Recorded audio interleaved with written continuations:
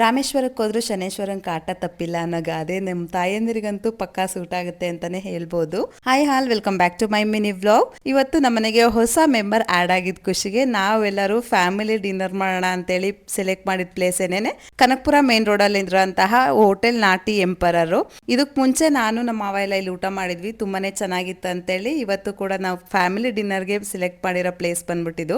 Actually ambience ಅಂತೂ super ಆಗಿರುತ್ತೆ, food ಅಷ್ಟೇನೆ ತುಂಬಾನೇ ಚೆನ್ನಾಗಿರುತ್ತೆ. ಸೊ ಹಾಗಾಗಿ ನಾವೆಲ್ಲರೂ ಇವತ್ತಿಲ್ಲಿಗೆನೆ ಫ್ಯಾಮಿಲಿ ಡಿನ್ನರ್ ಮಾಡೋಣ ಅಂತೇಳಿ ಬಂದಿದೀವಿ. ಇನ್ನು ನಮ್ಮ ಮನೆಗೆ ಹೊಸದಾಗಿ ಒಂದು 7 ಸೀಟರ್ ಕಾರ್ ತಗೊಂಡಿದೀವಿ. ಸೊ ಅದೇ ಸೆಲೆಬ್ರೇಷನ್ಗೋಸ್ಕರನೇ ನಾವು ಬಂದಿದ್ವಿ. ಇನ್ನು ನಾನು ಯಾಕೆ ಮೊದ್ಲಿಗೆ ರಾಮೇಶ್ವರಕ್ಕೆ ಹೋದ್ರು ಶನೇಶ್ವರನ್ ಕಾಟ ತಪ್ಪಿಲ್ಲ ಅಂತ ಹೇಳಿದ್ದು ಅಂದ್ರೆ, ನನ್ನ ಮಕ್ಕಳು ಎಲ್ಲಾದ್ರೂ ಹೋದಾಗ ಏನ್ ಸಕ್ಕದಾಗಿ ತಿಂತಾರೆ ಏನೋ ನಾವು ಫೋಸಲ್ ತಿಂತಾ ಇರ್ತಾರೆ, ಬಟ್ ಆಮೇಲೆ ಅವ್ರಿಗೆ ಹೊಟ್ಟೆ ತುಂಬಷ್ಟು ನಾನೇ ತಿನ್ಸ್ಬೇಕಿರುತ್ತೆ ಕೊನೆಯಲ್ಲಿ. ಸೊ ಅದಕ್ಕೆ ನಾನು ಮೊದ್ಲಿಗೆ ಹೇಳಿದ್ದು ರಾಮೇಶ್ವರಕ್ಕೆ ಹೋದ್ರು ಶನೇಶ್ವರನ್ ಕಾಟ ತಪ್ಪಿಲ್ಲ ಅಂತೇಳಿ.